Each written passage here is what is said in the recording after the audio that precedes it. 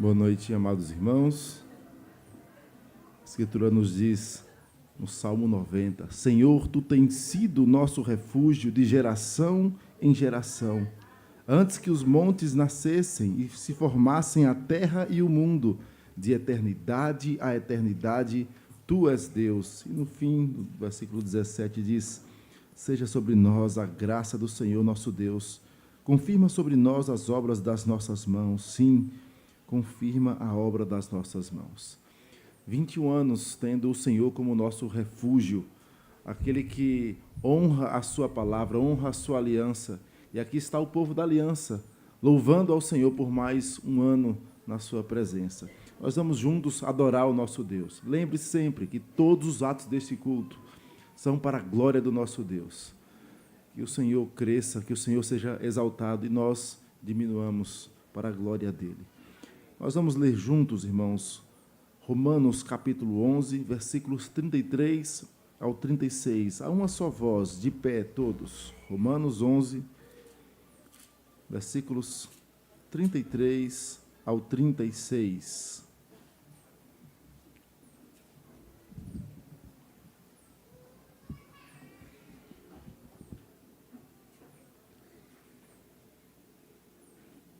Todos juntos. Ó profundidade da riqueza, tanto da sabedoria como do conhecimento de Deus, quão insondáveis são os seus juízos e quão inescrutáveis os seus caminhos. Quem, pois, conheceu a mente do Senhor? Ou quem foi o seu conselheiro? Ou quem primeiro deu a ele para que ele venha a ser restituído? Porque dele e por meio dele e para ele são todas as coisas. A ele, pois, a glória eternamente. Amém. Amém. Nós vamos ainda louvar o Senhor com uma oração. Convido o presbítero Almir para nos dirigir nesta oração de louvor e adoração ao nosso Deus. Santo bendito Deus, louvado, Senhor, e exaltado seja o teu nome. Amém. Louvamos-te, ó Pai, pela salvação que temos em Cristo Jesus. Louvamos, ó Pai, pelo cuidado do Senhor com a tua igreja, e nós aqui somos testemunhas, ó Pai, desse cuidado, nos concedendo mais um ano nessa nossa peregrinação até aquele grande e glorioso dia. Louvamos-te, ó Pai, pela promessa bendita de que essa é a tua igreja e que as portas do inferno não prevalecerão contra ela.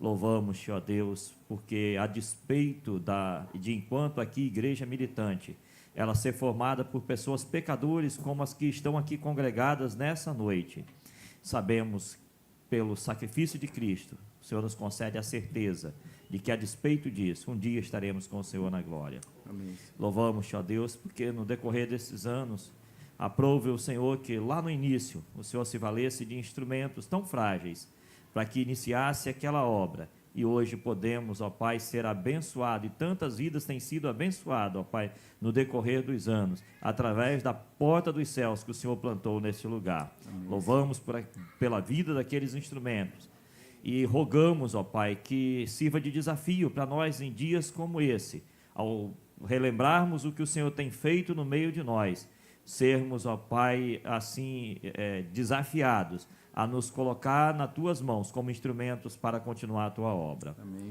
Louvamos, ó Deus, por essa noite de festa e suplicamos que estejamos contentes, alegres e que nos valhamos desse momento para estar tributando a Ti o louvor e a honra e a glória que lhes são devidas. Amém, é a oração Senhor. que fazemos em nome de Jesus. Amém, Senhor. Amém. Ainda de pé, nós vamos entoar o cântico, ó profundidade da riqueza, cântico que reflete esse texto de Romanos, capítulo 11. Sabedoria, conhecimento de Deus.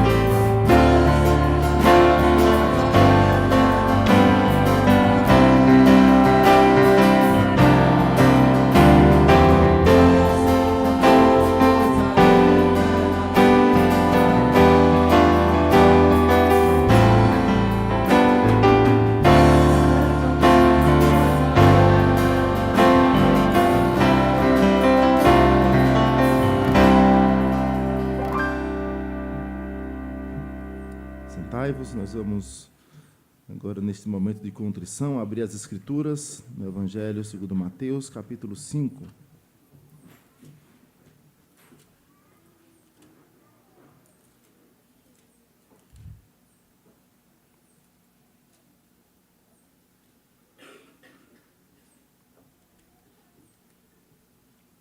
Mateus, capítulo 5, a partir do versículo 13.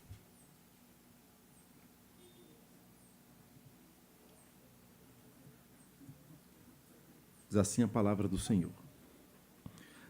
Vós sois o sal da terra. Ora, se o sal vier a ser insípido, como lhe restaurar o sabor? Para nada mais presta, senão para, lançado fora, ser pisado pelos homens. Vós sois a luz do mundo.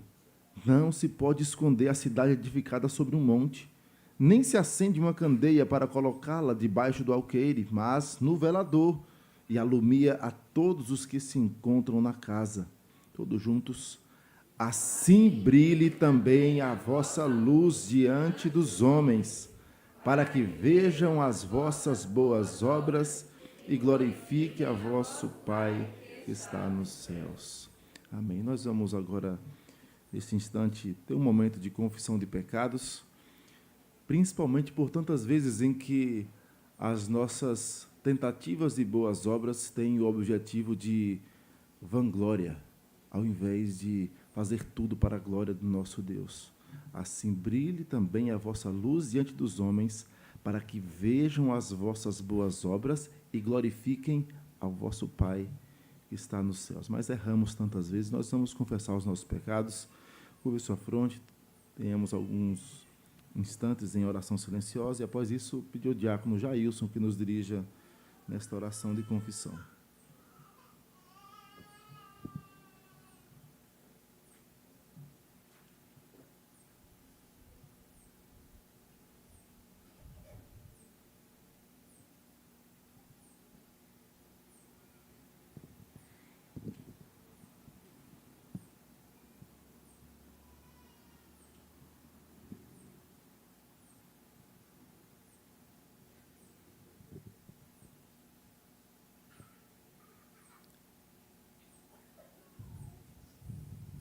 Santo, santo, santo Deus, Pai de toda misericórdia, nos achegamos diante de Ti, Senhor Deus, confiados somente nos méritos de Cristo, pois por Ele, para Ele, por meio dEle são todas as coisas, ó Deus.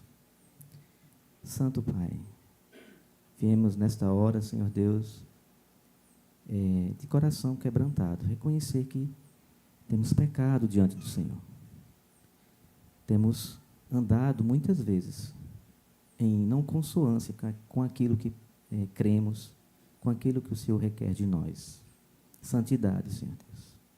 Por isso nós te pedimos nessa hora que, ao olhar para nós, que os teus olhos estejam embebidos pela lente do sangue do Cordeiro, Senhor Deus, e perdoe os nossos pecados. Dá-nos também, Senhor Deus, ojeriza o pecado. Crie em nosso coração, como diz o salmista, coração puro, que queira te agradar, que queira te servir. Cada dia mais nos distanciando daquilo que não te agrada, do pecado, Senhor Deus. Confronta, Senhor Deus, os nossos corações. Frustra, Senhor Deus, todos os planos que, apesar de terem boas índoles, mas sejam contrários ao Senhor. Nos mantém, Senhor Deus, sempre próximos de Ti, nos guiando pelas Tuas veredas, andando em caminhos de santidade. Que possamos, ó Deus, ser abençoados com todo o que vai ser oferecido a Ti em culto, pregação do pastor, e que possamos sair daqui, não da mesma forma como entramos, mas modificados, Senhor Deus, transformados pelo poder da Tua palavra. Amém, Senhor. Em nome de Jesus nós te pedimos assim, crendo, Senhor Deus, e agradecidos. Amém. Amém. Irmãos, ainda em atitude de contrição, mesmo assentados, vamos entoar o hino Perdão, de número 71 em nosso inário.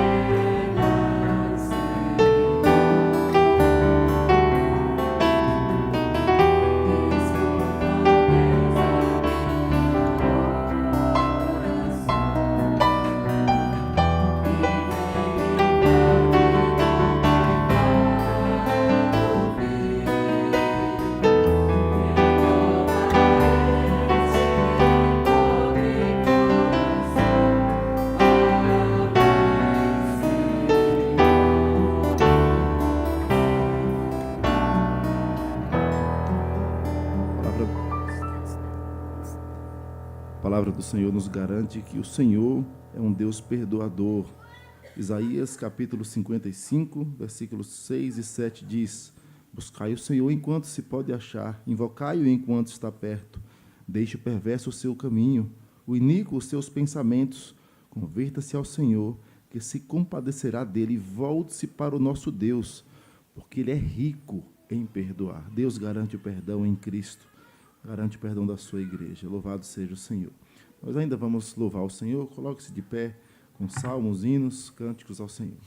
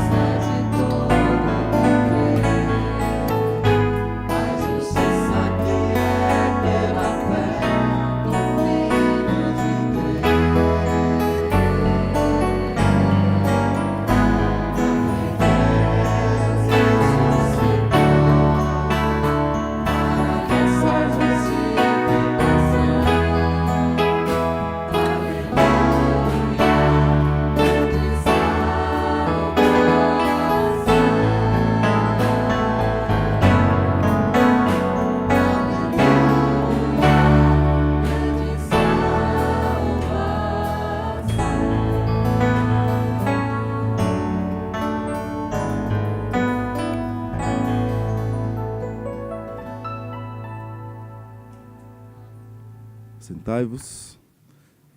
Quero convidar o reverendo Nizam, mais uma vez, para nossa oração pastoral.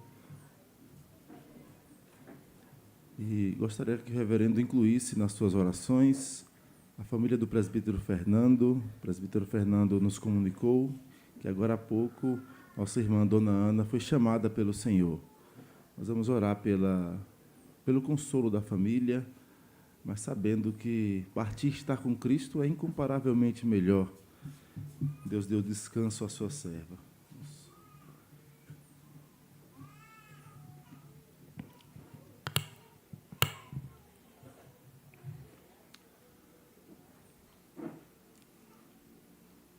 Deus eterno, Pai de amor e de bondade, é bom estarmos aqui novamente reunidos neste lugar, onde podemos sentir a Tua presença, pelo Teu Espírito, em cada coração que aqui está presente, com um único desejo de Te louvar, de Te exaltar, e Te bendizer o nome do Deus Pai, Filho e Espírito Santo. Bom termos, como tivemos, um dia de paz, um dia de alegria, um dia de comunhão, um dia de boa alimentação para o nosso corpo físico, como aqui estamos para alimentarmos também a nossa alma com a Tua palavra santa,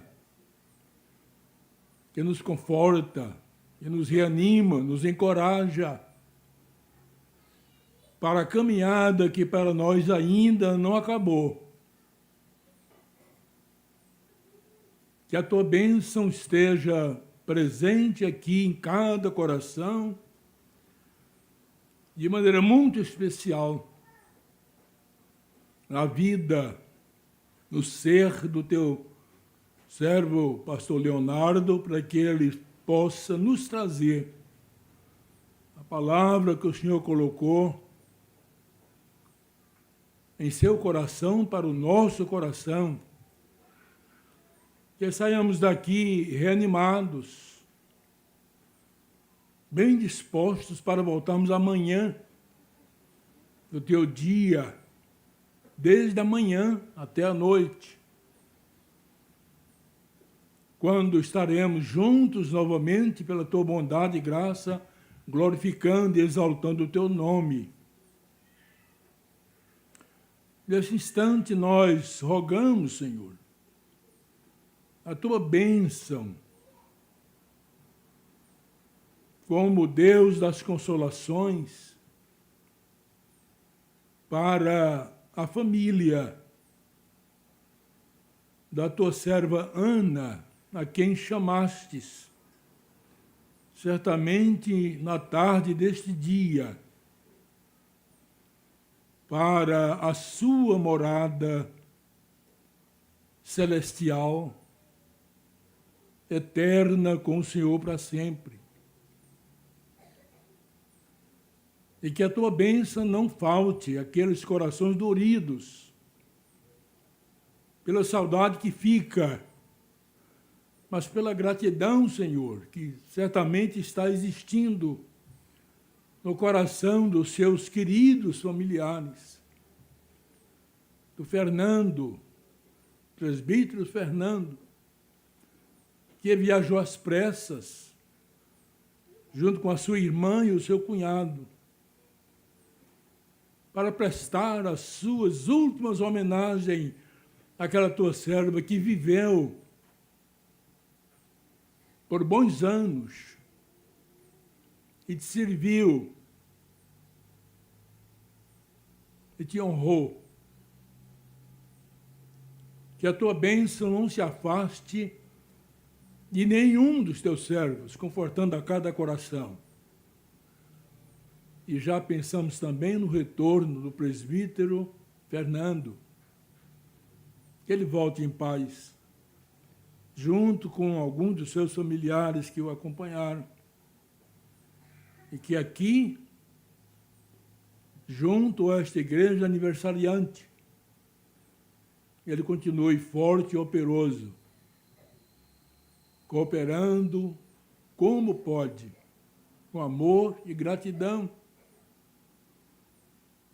com esse trabalho que iniciou com ele, com a Elke, com as crianças bem pequenas, junto com o presbítero Marcos, com a Tessia, e as crianças deles também.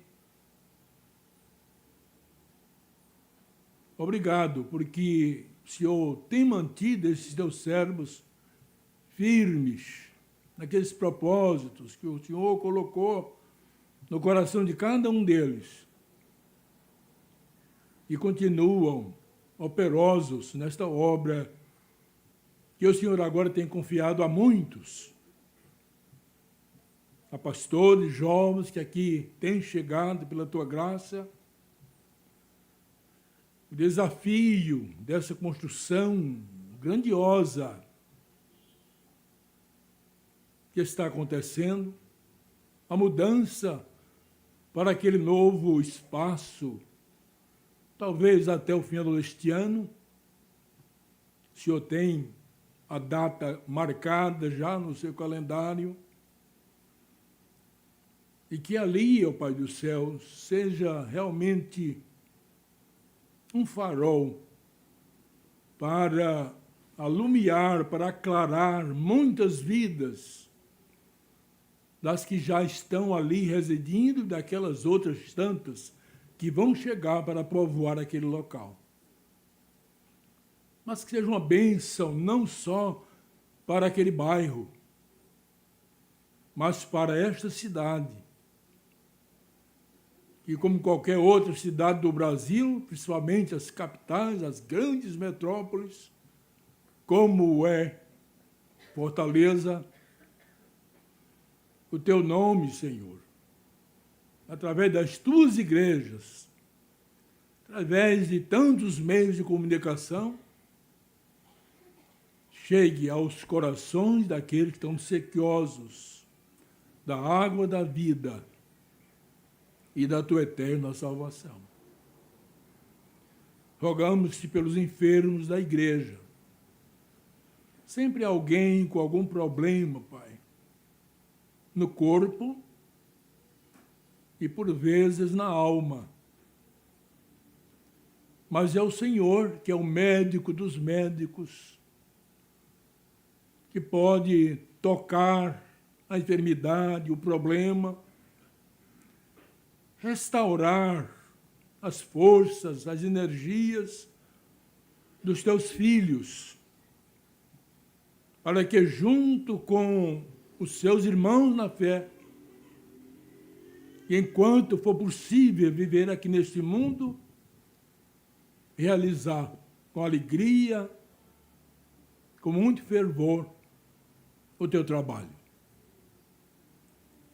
Louvamos-te também, Pai, por aqueles que por aqui passaram e que já estão na glória. E pedimos pelos seus familiares que ficaram, para que testemunho deles, e até nos lembramos de alguns, continue presente na vida daqueles que foram os seus queridos familiares, principalmente aos filhos dos filhos.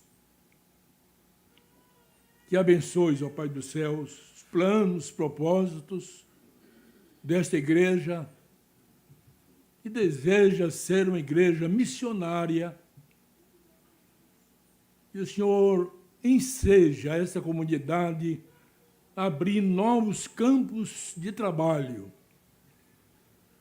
para que a tua palavra possa ser pregada, não somente aqui no Eusébio, mas em muitos outros pontos desta grande cidade, onde o número de igrejas presbiterianas, principalmente, ainda é muito reduzido. Cuida, ó Pai dos céus, dos projetos, dos planos que os teus servos estão colocando diante do Senhor.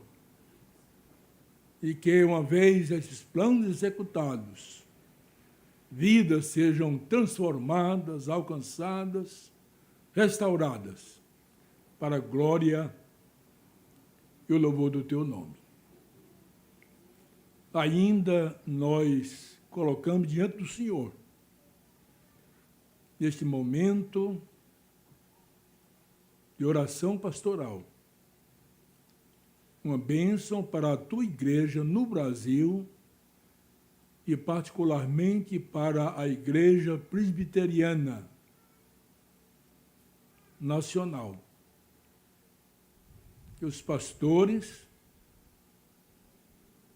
não preguem outra palavra que não seja a tua palavra. Porque há muitos que estão famintos. Nós vemos isso aqui. Os pastores têm sentido esta verdade. Como vemos isso também lá na igreja de Pinheiros. Por que você preferiu vir para a nossa igreja?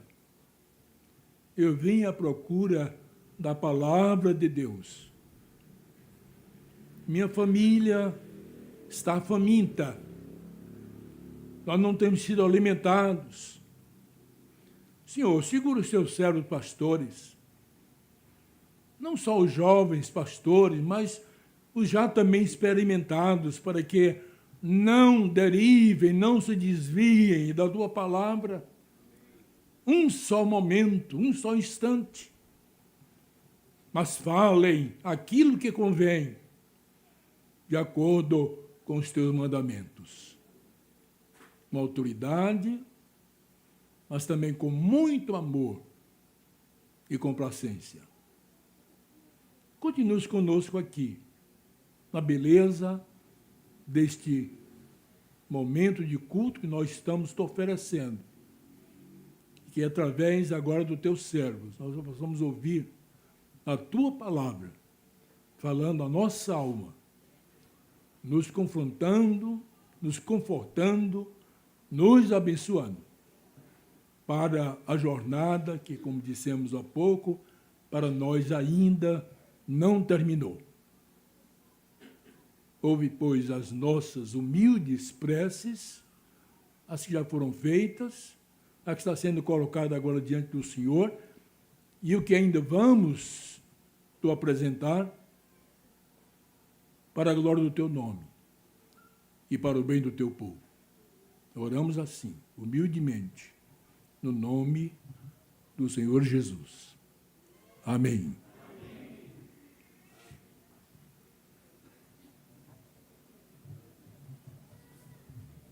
Irmãos, está conosco desde ontem o reverendo Leonardo, da Igreja Presbiteriana do Jockey, e ele tem sido o mensageiro do Senhor para a sua igreja. Convidamos o reverendo para que ele faça a exposição das Escrituras. Que o Senhor fale ao nosso coração.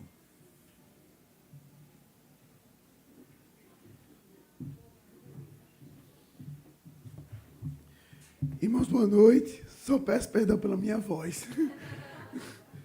Mas prometo dar meu melhor esforço. Isso é o que dá. O cara vem com um clima mais fresco, aí a garganta estranha. Que vento é esse? Irmãos, abra sua Bíblia, por favor, em Lucas, capítulo 21. Evangelho como escreveu Lucas, capítulo 21.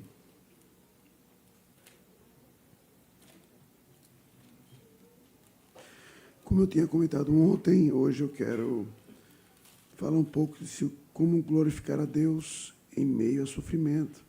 Então, nós vamos ler Lucas 21, do 5 até o 19.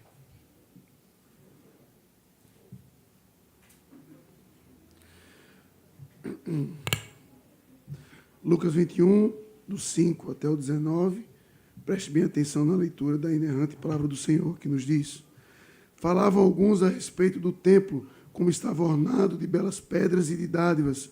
Então disse Jesus: vede essas coisas? Dias virão em que não ficará pedra sobre pedra que não seja derribada. Perguntaram-lhe: mestre, quando sucederá isto? E que sinal haverá de quando essas coisas estiverem para se cumprir? Respondeu ele: vede que não sejais enganados, porque muitos virão em meu nome, dizendo: sou eu, e também chegou a hora, não o sigais.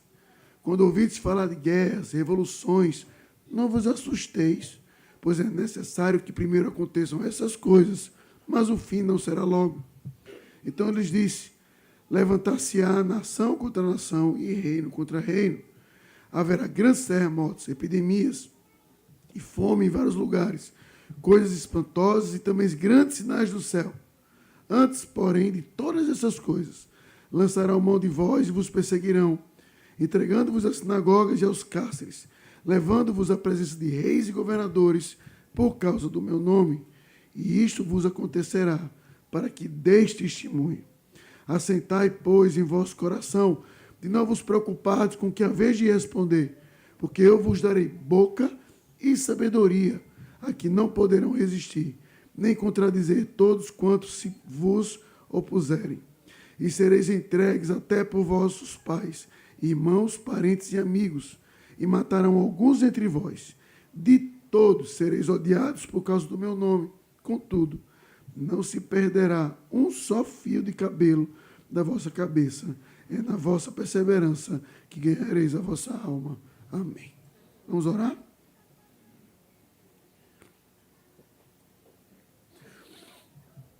Senhor Deus, que teu Santo Espírito nos ilumine para entender a tua palavra nessa noite. Deus, para que esse texto mostre exatamente para nós como não simplesmente ficar atentos ao que acontece ao nosso redor, mas como o Senhor sempre vai ter um propósito em meio ao nosso sofrimento para testemunharmos do Senhor.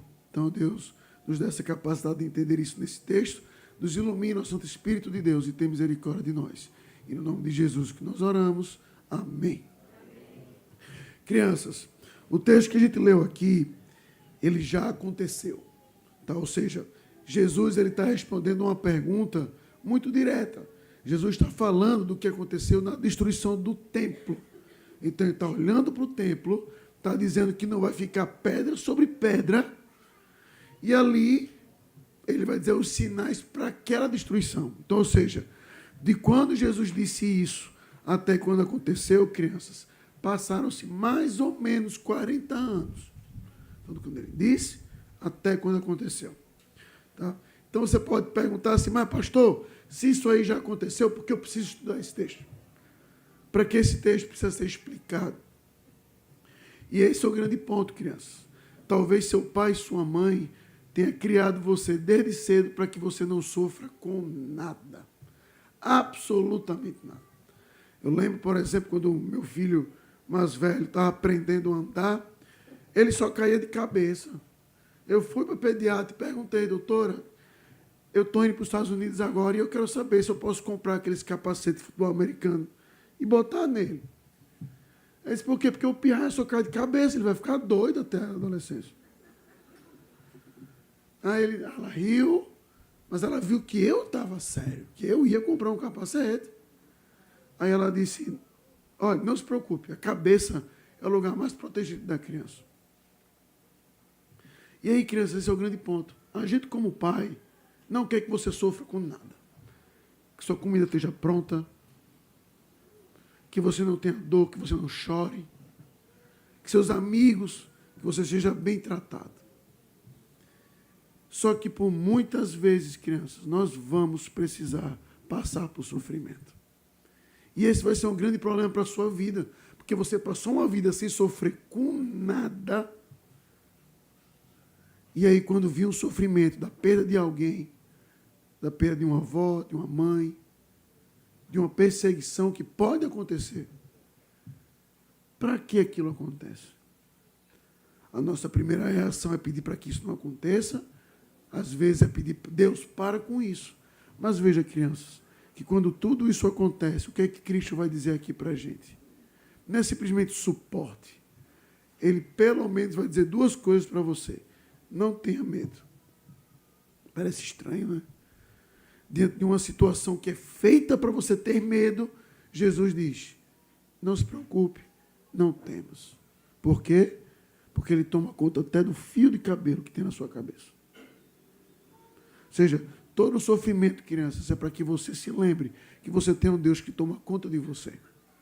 E que naquele momento, como diz o texto, é mais uma oportunidade para que você diga a quem a sua vida pertence. Eu sei a quem pertenço.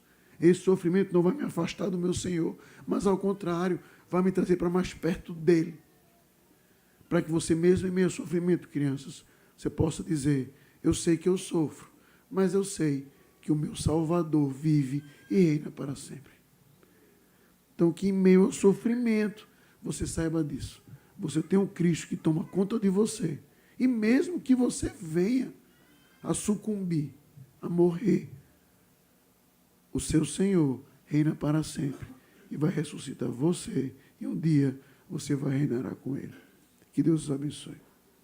Irmão, o texto que nós lemos aqui, ele em Lucas, é o final da vida de Jesus. Ou seja, Jesus está na sua última semana aqui. É a chamada Semana da Paixão. Então ele entrou triunfalmente em Jerusalém e ele vai ensinar todo dia no templo. Então veja que o contexto é exatamente esse. Que alguns estavam olhando para o templo a respeito das suas ornadas e belas pedras e de dádivas. Quando a gente fala do templo, tradicionalmente, a gente fala do seu tamanho, da sua beleza. Mas Flávio José, por exemplo, um historiador judeu que era contemporâneo de Jesus, no livro Guerra dos Judeus, veja como ele descreve o templo. Só para você entender algo. Veja como Flávio José vai descrever o templo de Salomão, que foi construído por Herodes naquele momento. O templo que Jesus estava vendo ali. Flávio José diz assim, no exterior do edifício, nada faltava que pudesse surpreender a alma ou os olhos, pois sendo o exterior coberto por todos os lados com maciças placas de ouro, o sol mal havia nascido e irradiava um clarão tão ardente que aqueles que se esforçavam para olhar para ele eram forçados a desviar os olhos como se estivessem diante de raios solares. Para estranhos que se aproximavam, parecia à distância uma montanha coberta de neve. A razão é que tudo que não estava coberto de ouro era do mais puro branco. Veja, olha o lugar. De longe, parecia uma montanha de neve, só que no meio de um clima árido. De perto, Flávio José vai dizer que quando o sol batia, você tinha que desviar o olhar. Então aquilo chamava atenção. Né? Eu fico brincando no jockey, desde que eu aprendi essa palavra, agora eu vou usar em tudo que eu puder. Então, para os mais jovens, o templo era um lugar altamente instagramável. Você ia tirar muitas e muitas selfies e botar no seu Instagram lá. Porque o lugar era desse jeito. Aí as pessoas olhando aquilo, deslumbradas com aquilo. Aí o que Jesus vai dizer? Está vendo isso? Vão vir dias que não vão ficar pedra sobre pedra. Veja, irmãos, você já deve ter ouvido do pastor Timóteo, de qualquer pastor, que a ideia de pedra sobre pedra que vai vir ao chão. E está certo. Só que a forma como é dita. Então, por exemplo, se eu chegar, não sei se aqui em Fortaleza tem o mesmo nome, mas se eu chegar num lugar em que tiver assim, doce de banana frita com queijo coalho e canela, qualquer pernambucano decente vai dizer cartola. É a mesma coisa.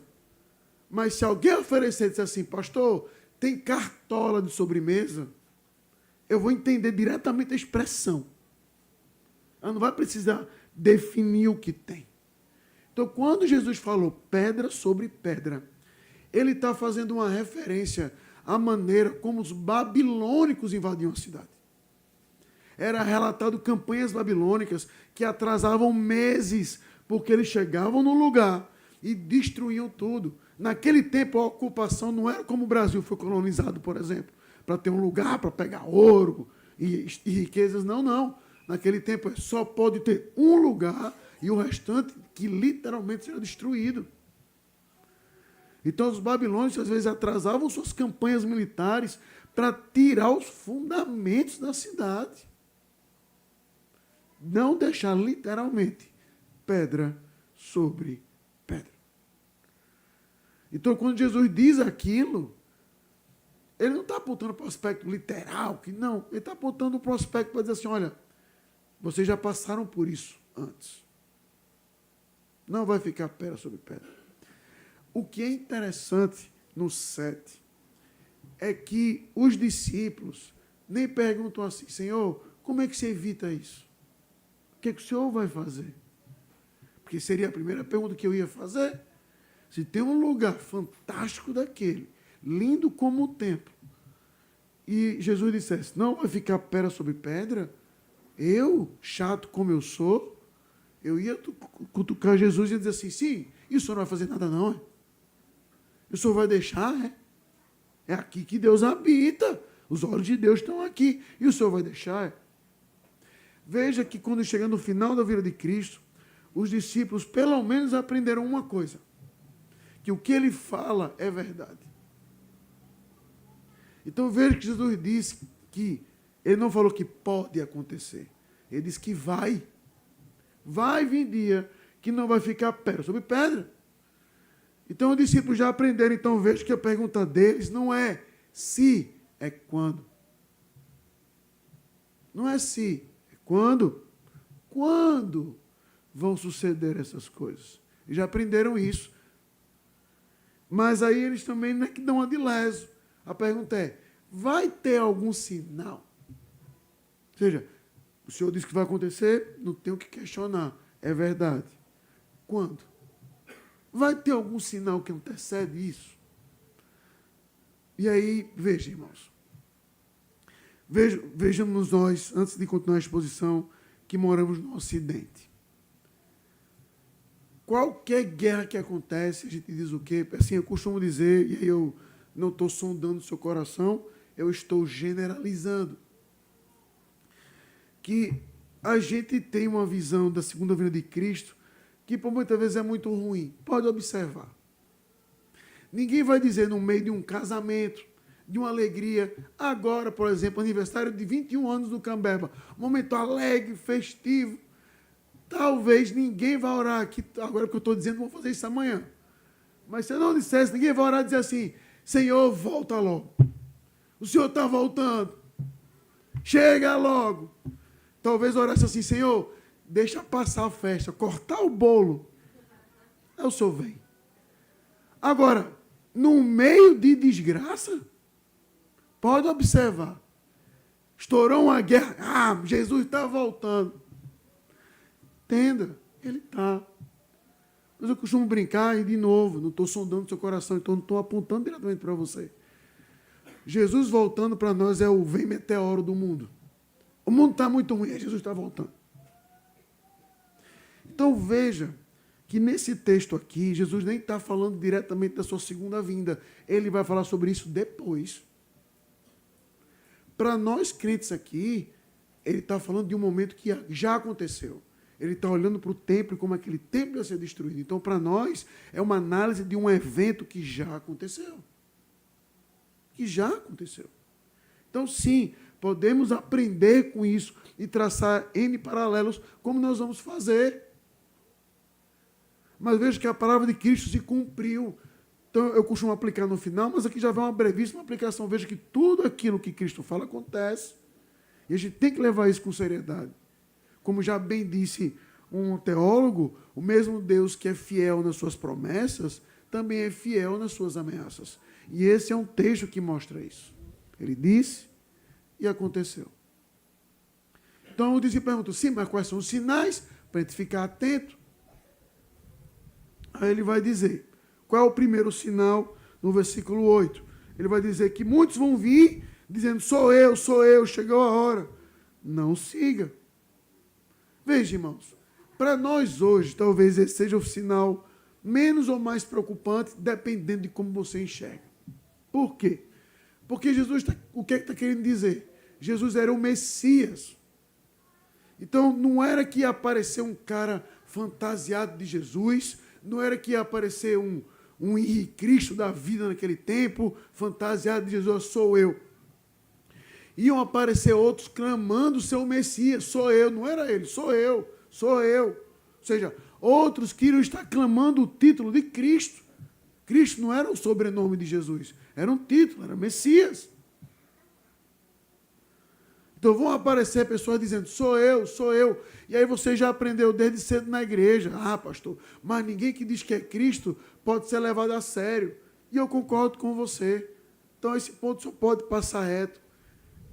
Permita-me só um pequeno adendo. Tá? E como a gente está no período das eleições no Brasil, por exemplo. Você já viu como todo político se apresenta a você como um Messias? Sem exceção. Sou eu. Sou eu. Eu vou resolver isso. Eu vou fazer isso. Eu. É interessante que no Ocidente do século XXI, esses falsos mestres não se comparam tanto com líderes religiosos, mas líderes políticos. Então, se você tem qualquer político que promete algo que só Cristo pode fazer, faça um favor, não vote nele. Porque ele está dizendo, sou eu, e não é. Então veja que Jesus vai dizer, a primeira coisa, não siga. Você sabe quem eu sou o Messias, não siga ninguém. No 9, então no 9 e 10, aí ele vai colocar alguns sinais muito diretos. Você vai ouvir falar de guerras, você vai ouvir falar de rumores de guerra, você vai ver que reinos se levantam contra reino, terremotos, epidemias, fomes em vários lugares. Então veja, tudo isso, irmãos, aconteceu entre 30 e 70 depois de Cristo. Tudo isso. Relatos de epidemias, terremotos, de guerra. Tudo isso aconteceu. Tudo isso aconteceu. Então, quando isso, olha, a gente olha para o passado, e Jesus já pontuando isso que vai acontecer, de novo, imagine os discípulos ouvindo aquilo. A gente não para pensar nisso.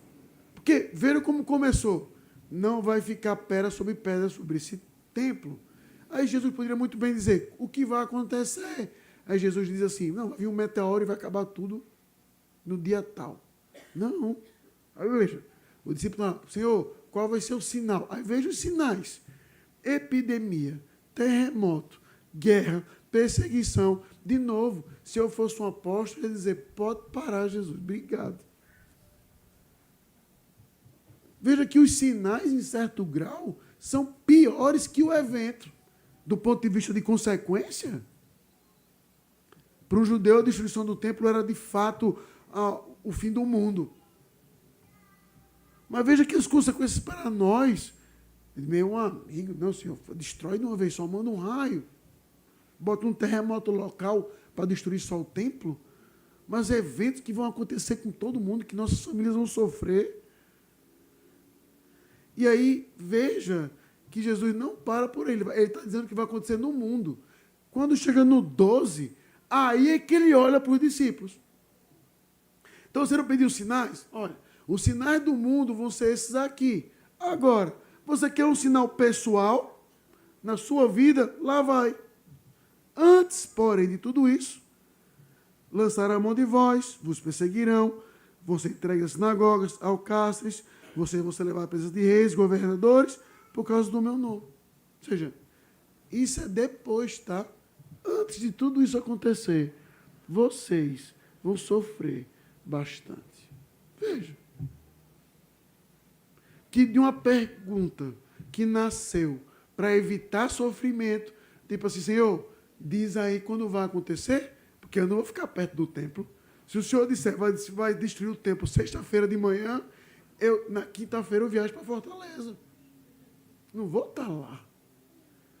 Aí Cristo, meu amigo, não adianta não.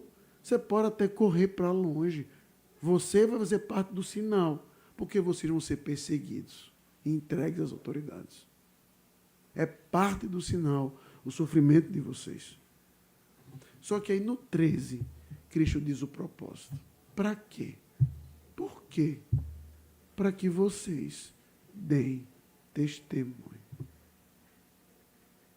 veja como isso é incrível. Assustador e incrível. Porque Cristo vai dizer, isso não é aleatório, isso não é...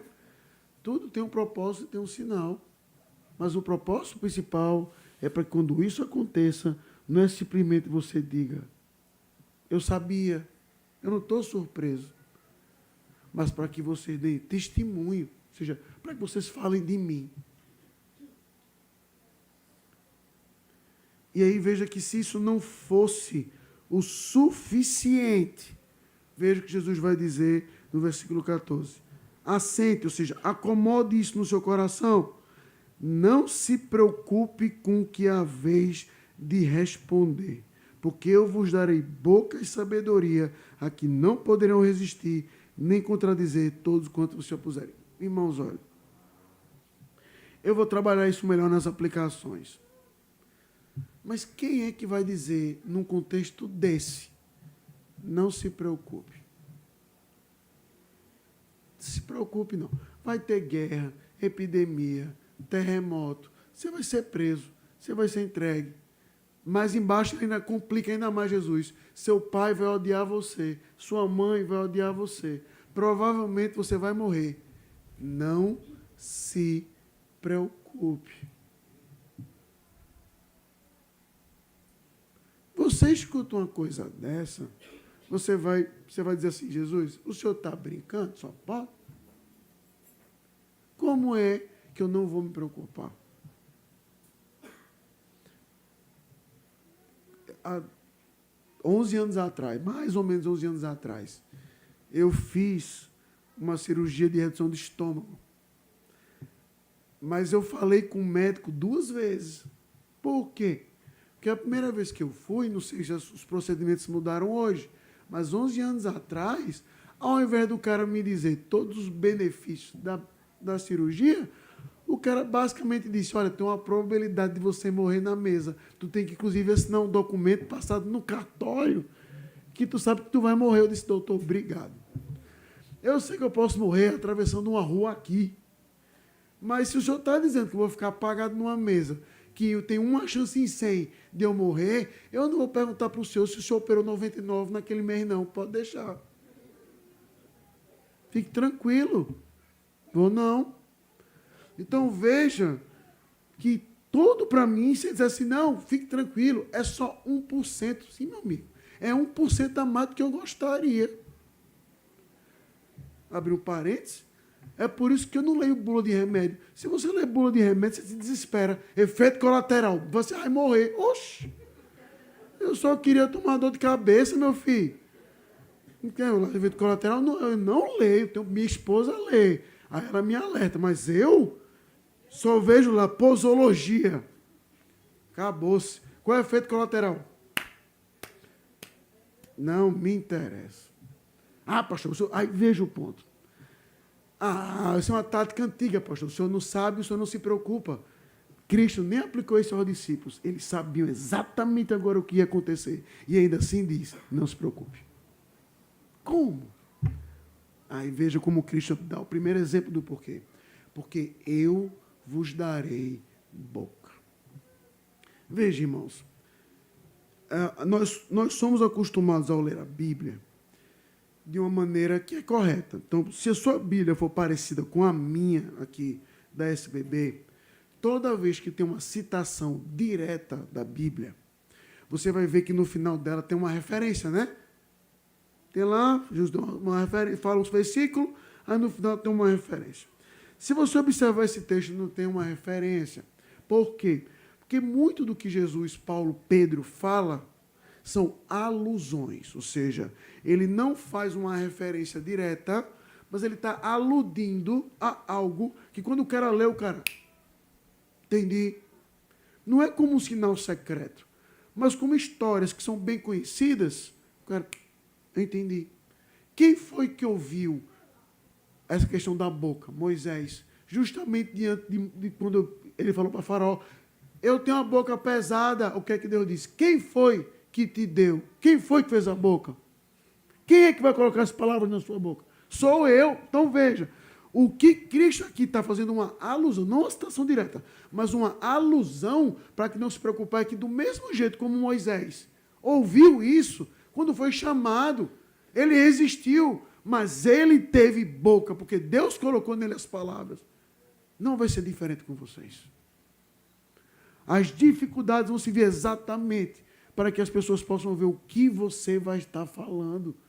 E para que justamente diante de prisões e perseguições, o que sai da nossa boca seja aquilo que Deus colocou como propósito de vida, glorificá-lo a qualquer momento. Não importa as circunstâncias. E aí veja que no 16, então, como eu falei, vai piorar. Eles vão ouvir palavras que não vão resistir, não tem como, eles vão tentar ignorar, como aconteceu com Estevão. Eles não tem como contra-argumentar o que Estevão disse, vão apedrejar você. Aí Jesus confirma isso no 16, e sereis entregues até por vossos pais, irmãos, parentes, amigos, e matarão algum dentre vós. De todos serão odiados por causa do meu nome. Ou seja, você não vai estar seguro. Você vai ter pai que não vai gostar de você, mãe que não vai gostar de você. Por minha causa. Por minha causa. E aí, para o mundo de hoje, é que há confusão. Você vai ser odiado. Veja, irmãos, isso é uma preocupação tão grande que eu não sei se você percebeu, mas o seu vídeo do YouTube, que você gosta de assistir, ou eu acho que no Instagram é a mesma coisa, porque eu não sou usuário de lá, já percebeu que você não tem mais como ver o dislike? Você pode dar dislike no vídeo, mas não aparece a quantidade de dislike. Aparece só a quantidade de like. Aparece só a quantidade de like. Pode observar. Você abrir um vídeo no YouTube, você vai ver 1000 e tantos likes. E não tem a opção de dislike. Ah, pastor, tem um modo Firefox que dá para ver. Você tem que burlar um pouquinho. Mas naturalmente não dá para ver. Por quê? Porque ódio vende. E a gente não gosta de saber que aquilo não é legal. O Criador vê, você imagina. Aí você imagina o próprio Cristo dizendo que o seu pai vai odiar você. Sua mãe vai odiar você. Seu irmão vai odiar você. Aquilo é de causar espanto. Aí, diante disso, Jesus diz no 18, contudo, não se perderá um só fio de cabelo da vossa cabeça. Como? Peraí, mas pastor, isso não faz sentido. Se Jesus acabou de dizer que a gente vai morrer, vai ser perseguido, como é que não se perde um fio de cabelo, pastor? Eu nem estou sendo perseguido e já estou calvo, imagina diante dessa situação. O ponto de Cristo é para mostrar de que Ele está tomando conta de você nos mínimos detalhes, inclusive do seu fio de cabelo. Então, a ideia de se perder aqui não é que você vai escapar incólume, ou seja, sem nenhuma consequência, porque Ele já disse que você vai sofrer. Mas é de que aquele sofrimento, Deus está tomando conta da sua vida. Não é um acidente. Não é um sofrimento porque Deus tirou uma soneca e deixou você andando pela casa. Não é um sofrimento porque Deus desviou o olhar, estava ocupado com outra coisa enquanto você sofria. O seu sofrimento, até o fio de cabelo, Deus está com você e colocou você naquilo para que você dê testemunho. E que, quando você entende isso, veja como ele conclui o texto. É na vossa perseverança que ganhareis a vossa alma. Ou seja, é justamente naquele momento que você vai estar confessando Cristo como Senhor, em que nós vamos passar uma eternidade inteira contemplando a beleza do nosso Senhor. E o que é o sofrimento diante disso? Assim, irmãos, permita-me trazer 3 aplicações à nossa vida diante dessa exposição. Primeira, veja, irmãos, quando a gente lê um texto desse, é a primeira coisa que a gente para pensar. Permita-me contar uma história. Quando eu estava Uma vez, quando 2017, eu tive a oportunidade de ir para os Estados Unidos para seguir, para ser uma sombra de um pastor norte-americano chamado George Scipione. Eu falei para ele, pastor, eu aprendi a aconselhar no facão e eu queria ver um mestre fazendo isso. Ele foi assessor assim, do Jay Adams, um dos pais do aconselhamento bíblico, que começou, mas então, disse, não, Léo, você pode vir, você fica aqui comigo na minha casa, você tem comida, você basta pagar a sua passagem. Aí eu passei 15 dias, onde ele ia, tinha uma sombra gordinha lá atrás dele. Só que, pela própria realidade do Brasil, eu pedi para ver a esposa dele aconselhando também, já que no Brasil a gente aconselha muitas mulheres. Então eu via ele aconselhando e via a esposa dele aconselhando. E num dia, ela estava aconselhando uma pessoa, a dona Scipione, e Scipione estava aconselhando uma mulher, por Skype. E na sala dela tinha uma frase, um porta-retrato, com uma frase do Matthew Henry, que eu não vou conseguir citar literalmente aqui, mas eu consigo parafrasear. Que é assim, mais ou menos assim. Grandes sofrimentos não quer dizer um grande abandono de Deus, mas sim uma oportunidade de você conhecê-lo melhor. Aí ela pegou aquele porta-retrato e disse assim, sabe quem me deu isso aqui? Falando com a aconselhada, não comigo, ela estava de costas para mim, 100% de costas para mim. Aí ela, sabe quem me deu isso aqui? Foi o meu pastor. Quando a minha filha, em parênteses, a filha deles tem ainda, ela está viva, tem um problema, né, que não se sabe a origem. Alguns acreditam que foi aquela doença de Lyme, do carrapato, que ela teve quando pequena, que atingiu o cérebro dela. Então, apesar dela ser funcional, dirigir e tudo, ela tem um atraso cognitivo. E ela disse, isso aqui aconteceu quando a minha filha tinha 12 anos e fugiu de casa. E 2 semanas depois, ela foi encontrada num prostíbulo. E meu pastor me deu isso aqui. Na hora que ela disse isso, eu comecei a dizer para mim mesmo, não chore, não chore. A Mônica tinha acabado de nascer.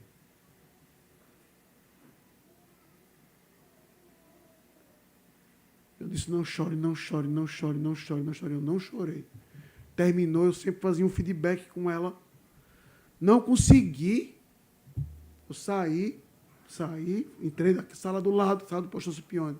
Sentei na frente dele. Disse assim, pastor, sua esposa falou o que aconteceu com a sua filha.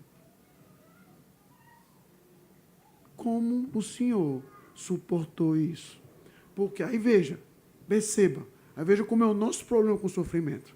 Eu não passei nada perto disso na minha vida. Minha filha, como eu falei, tinha um pouco mais, tinha 1 ano mais ou menos. Meu filho, 8. Patrícia não tinha nem nascido. Não passei por nada perto disso, mas eu peguei na hora e disse exatamente isso, pastor Scipione. Disse, pastor, como o senhor suportou isso? Porque se isso tivesse acontecido comigo, eu teria entendido que Deus me abandonou. De uma filha com 12 anos, passar 2 semanas num prostíbulo. Ele virou para mim, sempre muito amoroso, como ele o era, e disse assim, Léo, a gente tem que acreditar naquilo que a gente prega. Foi só o que ele me disse. A gente tem que acreditar naquilo que a gente prega. Então veja, meus irmãos, a gente gosta de vender um Deus que é análogo a um Papai Noel. Peça e ele dá, confie, fica tranquilo. A gente é tão metido hoje que a gente nem fala assim, vai dar certo. A gente fala assim, já deu certo. Pode observar. A gente não lida com o sofrimento bem. Quanto mais a gente conhece Deus, quanto mais a gente tira os olhos da gente e vê quem Deus é, uma coisa vai ficar muito clara, que desde o início Ele faz com que o seu povo passe por sofrimento, sem dúvida, mas em nenhum momento Deus o abandona à sorte. Mesmo quando o pecado é grande, Ele está lá diante dele, redime o seu povo e está com ele. Então, por isso que o primeiro ponto para você lidar bem com o sofrimento não é você tentar entender quem Deus é, por que você está por isso. É dizer, Senhor, eu sei quem o Senhor é. Veja o próprio caso de Jó, quando ele passa por todo o sofrimento, o que é que ele fala? Rapaz, antes eu te conhecia de ouvir falar, mas agora os meus olhos te veem. Veja, quando Jó diz isso, meus irmãos, lembre-se de algo. A sorte dele ainda não tinha sido restaurada. Era o Jó pobre, doente, com sua esposa lá falando coisa com ele no ouvido. E ele disse, eu conheço agora Deus, quem Ele é. Conheça o seu Senhor. Conheça o seu Senhor, para que Ele seja o seu norte fixo em meio às tribulações que você vai enfrentar. Não tenha dúvida. Para que diante do mar, o mais tempestuoso que esteja, você possa olhar para frente, para o autor e consumador da sua fé. E aí você pode ter a certeza disso, que quanto mais você conhece esse Deus, quanto mais você conhece esse Cristo, é que você vai perceber uma coisa, que Deus de fato não nos evita passar por sofrimento, mas por N vezes, ou para não dizer todas as vezes, Ele vem ao nosso encontro para nos lembrar que é o nosso Redentor, nem que seja no último dia, para nos receber em casa. Conheça o seu Senhor. Por isso que o primeiro ponto de Cristo é, muitos vão vir dizendo, sou eu, sou eu. Não os escute. Escute a minha voz. Conheça o seu Senhor. Conheça Cristo. Para que Ele seja um referencial fixo, inabalável, em meio ao seu sofrimento. Segunda aplicação que eu queria trazer. Veja, irmãos, a gente gosta de ler uma... Veja, essa história que eu acabei de contar, que é verídica, da filha do pastor Scipione e da Miss Scipione, provavelmente você nunca mais vai esquecer. A gente gosta de ouvir essas histórias de sofrimento, até acontecer com a gente. A gente gosta de ouvir, a gente lê, caramba, fulaninho ali, ó. Até encostar na gente. E aí, hoje, a gente vive num mundo que é, no Ocidente particularmente, tão não sofrido. Veja, eu me lembrei dessa história quando estava sentado ali, né, com minha garganta aqui rouca. Aí, vindo para cá, para pegar uma ilustração, eu vindo para cá, no caso de um livro, o cara contando a história de uma mulher que se converteu em Uganda. Eu vou só para o final da história. A mulher com dor de garganta. Aí fizeram lá em Uganda, um lugar pobre, ela não tinha plano de saúde, não tinha dinheiro nem para comprar penicilina. Fizeram um procedimento que era muito comum em Uganda, que era o quê? Retirar as amígdalas com faca de cozinha.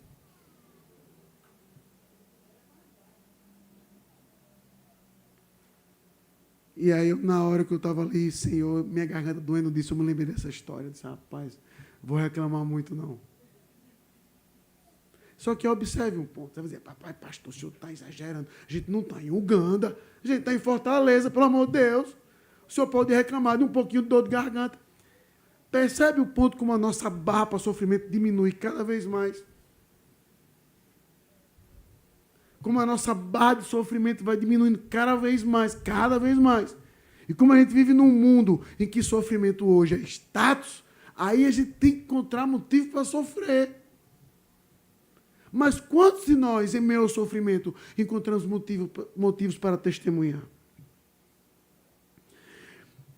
Permita-me ler só um parágrafo de uma carta de um escravo norte-americano, simplesmente que assinou sua carta como Félix.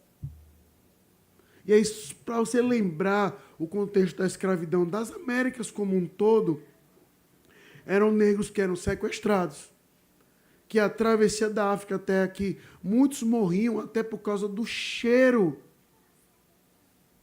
das fezes, das necessidades básicas do navio. onde eles tomavam chicotadas de todo jeito. E aí esse cidadão Félix escreveu uma carta pedindo a liberdade dele. Eu recomendo fortemente você ler a carta toda. Eu posso depois mandar para o pastor, se a igreja tiver grupo da igreja, pode mandar depois para cá. Eu recomendo ler a carta toda. Mas permita-me ler só um parágrafo, em que Félix disse assim: não temos propriedade, não temos esposa, não temos filhos, não temos cidades, não temos pais. Mas nós temos um Pai no céu. E estamos determinados, até onde a sua graça nos permitir, e até onde a nossa vida degradada e desdenhosa admitir, a guardar todos os seus mandamentos. Especialmente, seremos obedientes aos nossos mestres, por tanto tempo como Deus, em sua soberana providência, permitirá que sejamos mantidos em cativeiro. Você percebe? Ele pede a liberdade dele. Eu quero sair disso aqui. A gente está sofrendo por algo que a gente não fez. Mas, enquanto a minha vida desdenhosa estiver por aqui, enquanto Deus me der graça, eu vou obedecer todos os mandamentos deles. Inclusive, obedecer esse cara que vai me chicotear quando eu chegar em casa. Eu vou obedecer a ele, porque essa é a vontade do meu Deus. Quantas vezes nós pedimos graça para isso em meu sofrimento? Senhor, em meu sofrimento, eu quero que o Senhor me liberte disso. Me livra da minha dor. Me livra da minha enfermidade. Diminui a enfermidade do meu filho, da minha filha. Cura o meu pai e a minha mãe.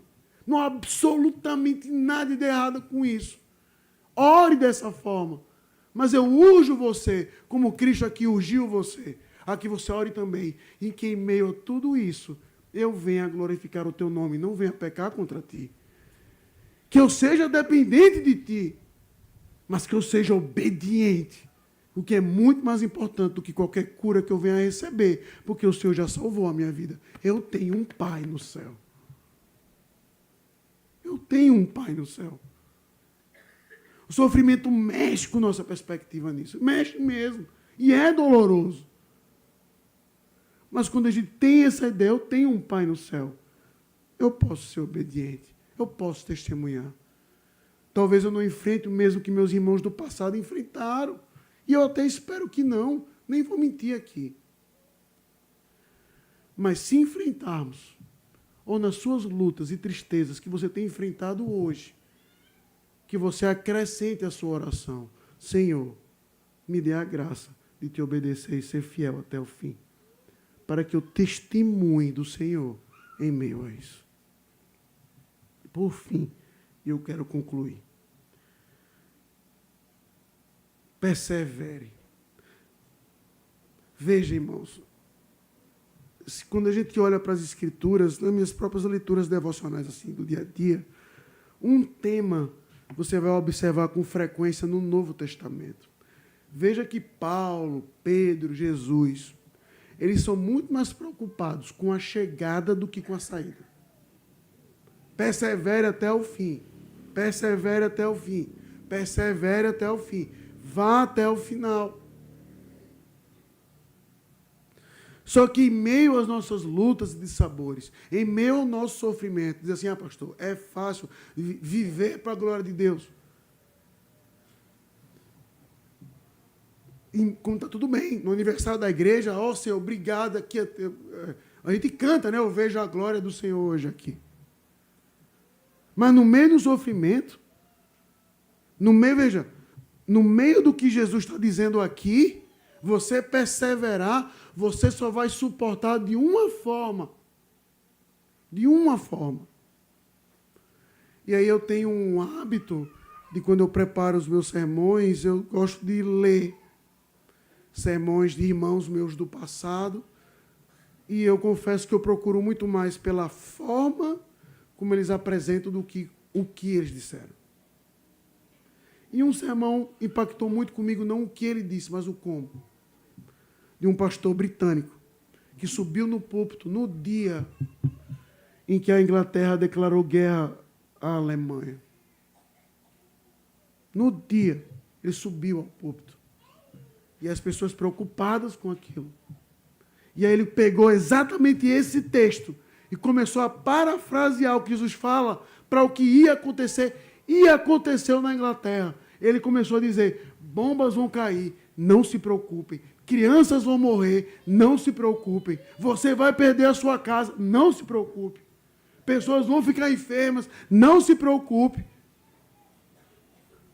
E aí ele disse que ele parou, botou as mãos para o alto, e foi essa parte que me impactou muito. E disse assim, ó Deus, quem em meio a tanta desgraça vai dizer, não temas? Quem em meio a tanta dor vai dizer, não se preocupe? Aí ele diz, ou estas são palavras de um doido, ou são palavras de um Deus. Não tem meio do caminho. Ou são palavras de um doido, ou são palavras de um Deus. E essa é a nossa vitória. Porque quem diz isso é o Rei dos Reis, o Senhor Jesus Cristo, o único e verdadeiro Deus. É Ele que diz isso, é Ele que diz, não tenha medo.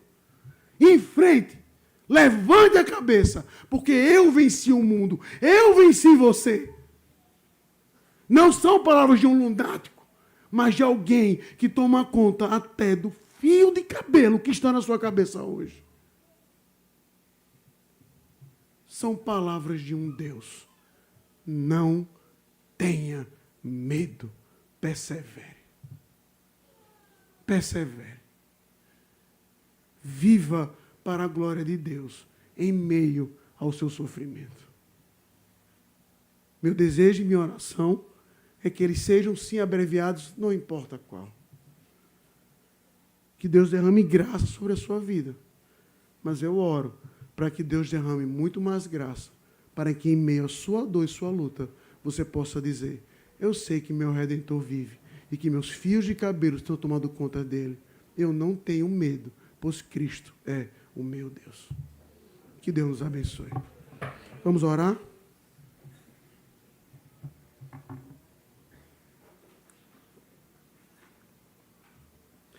Ó Senhor, obrigado, porque nós ouvimos as palavras de um Deus. Não as palavras de Leonardo, nunca serei, e graças a Deus por isso. Mas as palavras da tua santa palavra, o Senhor Jesus Cristo, em meio a todo o sofrimento, dizendo, não se preocupe, não temas. Eu vou colocar a palavra na sua boca, eu vou tomar conta dos seus fios de cabelo, mesmo em meio às lutas e mortes. Não tenha medo, persevere. Ó Senhor, nós temos muito medo de sofrer. Nós nos acostumamos muito mal nesse mundo. O Senhor nos deu tanto. Basta a gente perder uma coisa, mas eu não consigo viver sem isso. Ó Pai, eu te imploro que em meio às nossas lutas, e muitos aqui, com tantas lutas que não são nem poucas, nem pequenas, enfrentando filhos na UTI, lutas contra o câncer, diagnósticos, briga nos lares, morte na família, como nós acabamos de orar para que Deus derrame graça sobre a filha do presbítero Fernando. Senhor, nós vivemos num mundo caído, vivemos num mundo que é sofredor, mas obrigado, porque nós ouvimos a palavra de um Deus em meio a esse mundo que diz, não se preocupe. E o Senhor dá evidência exatamente como o Senhor venceu o mundo, dando a vida em nosso lugar. Para que mesmo que tudo aquilo aconteça ao mesmo tempo com a gente, epidemia, terremoto, nós estaremos a desfrutar da glória eterna ao teu lado, porque o nosso Redentor vive. Que possamos te conhecer cada vez mais, que possamos acreditar naquilo que preguemos. E para que em meio ao nosso sofrimento, o mundo possa ver que o nosso conforto não é a solução do problema, que o nosso conforto é a vitória do nosso Senhor, o nosso Deus, Cristo Jesus. Em nome de quem nós oramos. Amém.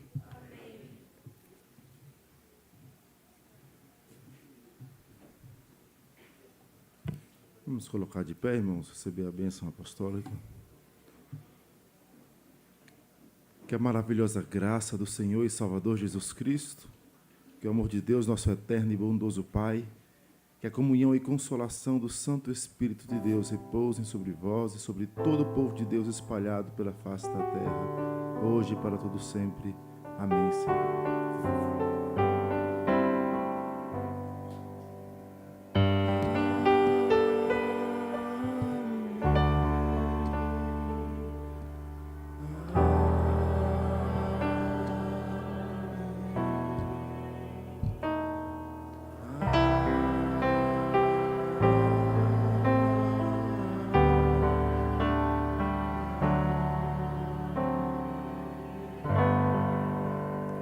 Sentai-vos, aguardo o custódio.